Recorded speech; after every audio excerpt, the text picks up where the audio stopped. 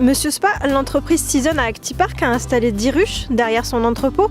Pourquoi une zone industrielle peut devenir un refuge comme ça à abeilles ? L'aménagement d'une zone d'activité s'accompagne d'une campagne de fleurissement, de plantation. Et bien évidemment, il faut que les fleurs fleurissent le plus longtemps dans l'année. Donc ça permet aux abeilles d'avoir une variété de plantes sur lesquelles elles vont se nourrir tout au long de l'année, ce qui est très très bon pour la vie de la ruche, pour l'alimentation des abeilles, mais aussi bien évidemment pour la production de miel pour l'apiculteur. Et en plus, on a trouvé sur place, qui pousse naturellement, du trèfle blanc, qui est une plante qui est très mellifère et donc tout à fait favorable au développement des abeilles. En quoi l'initiative de l'entreprise Season est exemplaire ?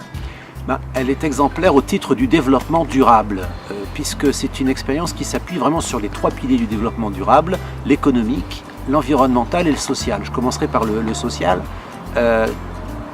L'ensemble du personnel de l'entreprise a été associé au projet d'installer un rucher et va donc participer aussi à l'entretien, à l'exploitation de ce rucher, à la mieler. Ça, c'est au niveau social. Au niveau économique, bien évidemment, on a une entreprise qui permet aussi le développement d'une autre entreprise, l'entreprise de l'agriculteur.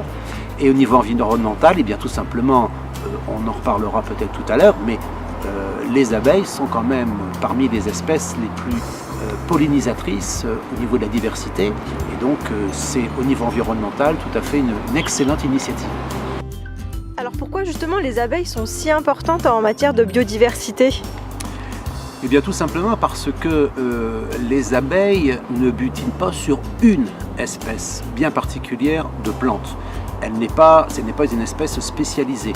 Donc elle va butiner sur nombre d'espèces différentes et vont donc favoriser la fécondation, donc la reproduction de différentes espèces végétales, que ce soit des plantes ou des arbres, et en particulier des plantes dites dioïques, c'est-à-dire des plantes qui ne comportent des fleurs que d'un seul sexe sur un pied, et donc qui ont besoin d'une intervention extérieure, en particulier des insectes, pour fécondation, pour former des fruits.